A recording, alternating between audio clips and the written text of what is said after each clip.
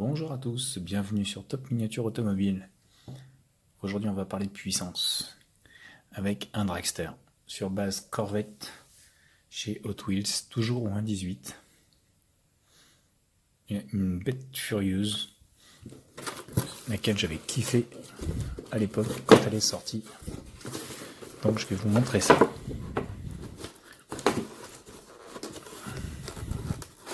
Si j'arrive à la sortir.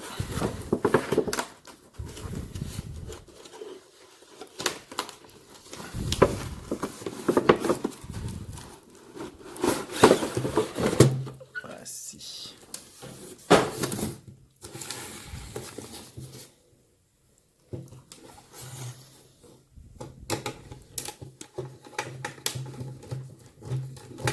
Toujours vous munir d'un tournevis. Ne pas se faire avoir comme la dernière fois. Là, c'est du cruciforme. Et chez Hot Wheels, la dernière fois, c'était du plat. Bref. Petite parenthèse. Rien d'extraordinaire dans la boîte, c'est pour ça que je ne voulais pas détailler. On va plus s'attarder sur la voiture par elle-même.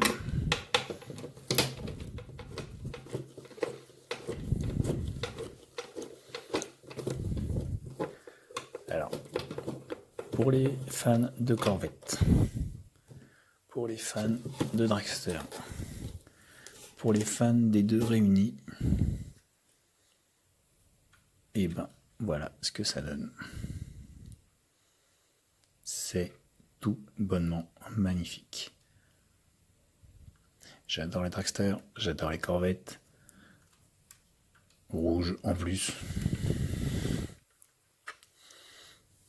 Admirez-moi cet engin, cette voiture, ce monstre, cette beauté. Comment dire?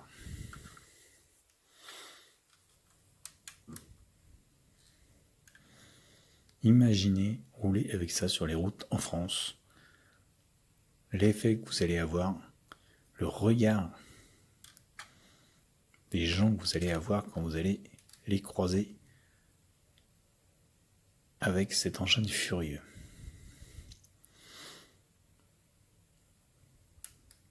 Hot Wheels, ça... Comment on pourrait résumer ça? Hot Wheels a pour moi pris les modèles au 1.64, ont passé au photocopieur agrandi au 1.18, et voilà ce que ça donne. Alors, en plus détaillé du 1.64, je vous rassure. Hein.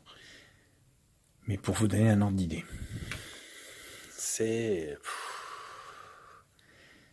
Elle est vraiment terrible.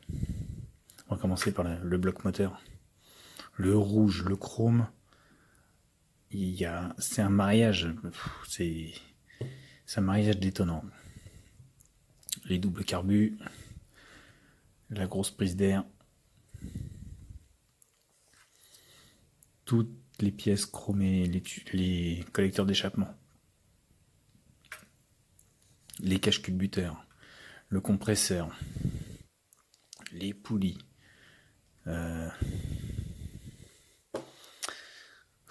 Que dire? Le ventilateur. Enfin. Alors, il est peut-être pas certes aussi détaillé que certaines autres marques, mais il y a un gros détail. Alors, il n'y a pas les fils de bougie, il n'y a pas les durites à droite à gauche, il n'y a pas tout ça, mais le moteur est présent. Un vrai moteur de drague. Pas de capot. Pas grave. Quand vous ouvrez la portière conducteur, donc vous avez ce siège baquet. Alors en plastique, certes un petit peu grossier, mais comme je vous dis, hein, c'est du Hot Wheels. C'est pas du Hot Wheels Elite, c'est du Hot Wheels classique. Et la couleur est peut-être un petit peu mal choisie pour le baquet. Remarquez, il y a déjà beaucoup de rouge et beaucoup de chrome. Le noir aurait été peut-être un petit peu superflu. Et je pense que le gris, effectivement, était peut-être le meilleur choix dans la couleur pour le faire ressortir. Le harnais est présent. Le gros arceau, très gros arceau. Et là, et on voit bien ressortir dans la lunette arrière. La direction est présente. Donc les compteurs, c'est juste des autocollants sur le tableau de bord. Côté passager, donc toujours la grosse fixation de l'arceau. Et ce gros arceau qui est vraiment magnifique.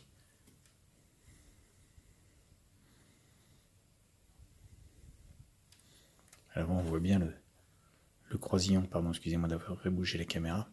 On voit bien le croisillon là ici.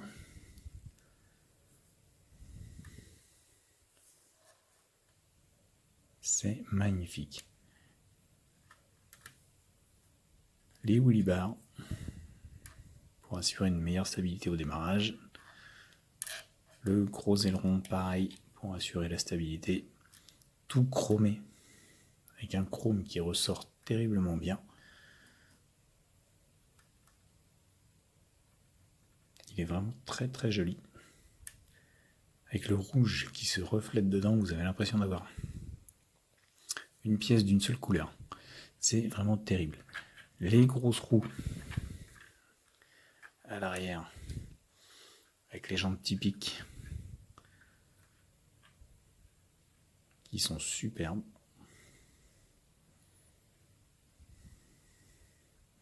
Alors, comme je vous dis, il y a tellement de chrome, il est tellement beau que ça a du mal à ressortir un petit peu à la caméra.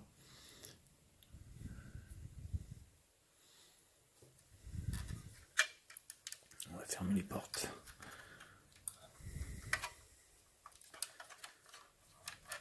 Les petites jantes avant, les petits trous avant.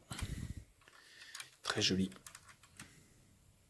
Avec ce look incroyable. Cette grosse bouche qui fait ressortir le radiateur. Et on va enfin passer en dessous.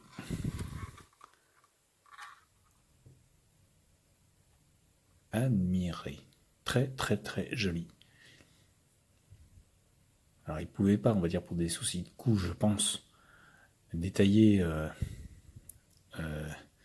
ce modèle comme on pourrait détailler Action Racing avec un détail de châssis poussé à l'extrême, mais vous avez un mérite de châssis tube, même si c'est d'une seule pièce avec le plancher, c'est pas grave, c'est vraiment pas grave.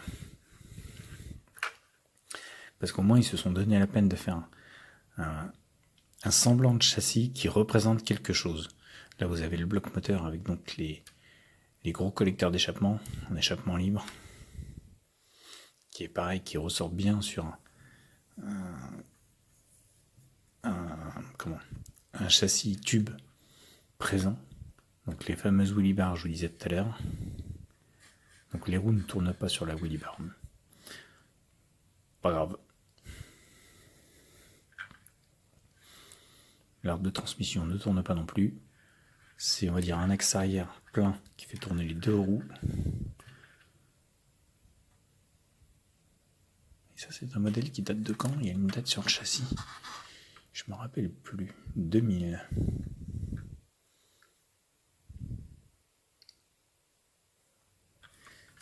Donc c'est un modèle qui a déjà 20 ans. Alors honnêtement, je vous cache pas que j'ai jamais fait attention à l'heure actuelle si on en trouvait encore sur eBay, sur les autres sites de vente ou bon, chez les revendeurs on n'en trouve plus, mais d'occasion, je pense que ça doit pouvoir être possible. Mais j'ai jamais pris le temps d'aller regarder. Alors ils ont bien repris aussi, c'est le look. Alors vous voyez les baquets sont souples. Mais le look des portières lui va super bien. Comme à l'origine sur la Corvette.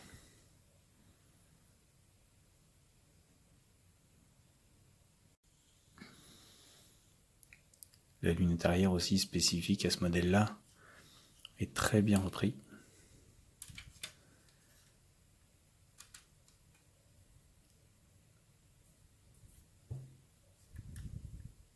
Hot Wheels, c'est faire des voitures.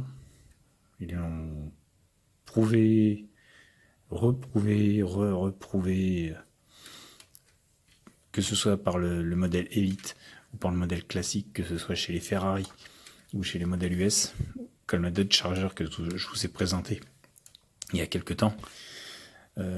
Ils savent faire de la voiture, même si c'est du Made in Thailand ou Made in China. D'ailleurs, c'est quoi? C'est du China. Ils savent préparer leur moule. On voit qu'il y a une volonté de faire des modèles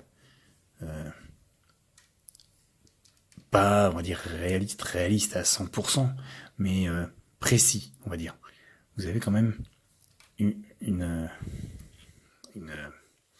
échelle qui est là, et tout est très bien proportionné. Vous avez une voiture, si on la croise à l'échelle 1 dans la rue, vous mettez celle-là à côté, et il n'y a pas de disproportion par rapport à l'échelle 1. C'est ça qui est très beau chez Hot Wheels. Moi, c'est un truc que vraiment j'adore dans cette marque. Et vous prenez les modèles 1.64, et c'est pareil. Vous avez des modèles en 1.64 qui sont des fois plus beaux que des modèles en 1.18 dans certaines marques. Et pour info, vous avez aussi des modèles au 1.64 chez Hot Wheels qui sont de très meilleure qualité. Alors je parle peut-être pas trop des modèles un peu plus récents maintenant, 2019-2020, même si l'esprit est toujours là, mais vous avez quand même une meilleure, pour moi, toujours, ce n'est que mon avis. Je dis pas que le vôtre ne m'intéresse pas, mais dites-moi ce que vous en pensez à ce moment-là. Hot Wheels est pour moi une marque mieux finie que Majorette, Willy ou 1.64, toujours. Matchbox, à part Norev. Norev a fait une très belle petite série au 1.64, qui est d'ailleurs un petit peu plus grosse que du 1.64, léger, mais qui reste, on va dire, très très belle aussi. Donc voilà, n'hésitez pas à me dire ce que vous en pensez. Moi je sais que les modèles Hot Wheels 1.18, quels qu'ils soient. Alors après, je suis pas un fan de toutes les voitures qui sont sorties. J'aime, mais beaucoup de modèles 1.18 chez Hot Wheels me plaisent. Et franchement, si je pouvais, si j'avais les moyens, ils seraient tous dans ma collection. Mais le problème, c'est que comme j'ai une très très grosse vision de tout ce qui se fait, je craque très facilement sur d'autres modèles, des fois. Il suffit qu'un modèle me plaise, mais il suffit que j'en vois un autre sur une autre marque, un autre modèle qui va me plaire plus, je craquerai sur le modèle qui me plaira plus, et je reviendrai peut-être dessus l'autre, après sur le mois suivant. Mais c'est pas dit des fois. Ça marche comme ça, un collectionneur, qu'est-ce que vous voulez. Moi je marche au coup de cœur. Donc voilà, je vous laisse détailler cette Corvette. Dites-moi ce que vous en pensez. Et je vous dis à bientôt sur Top Miniature Automobile.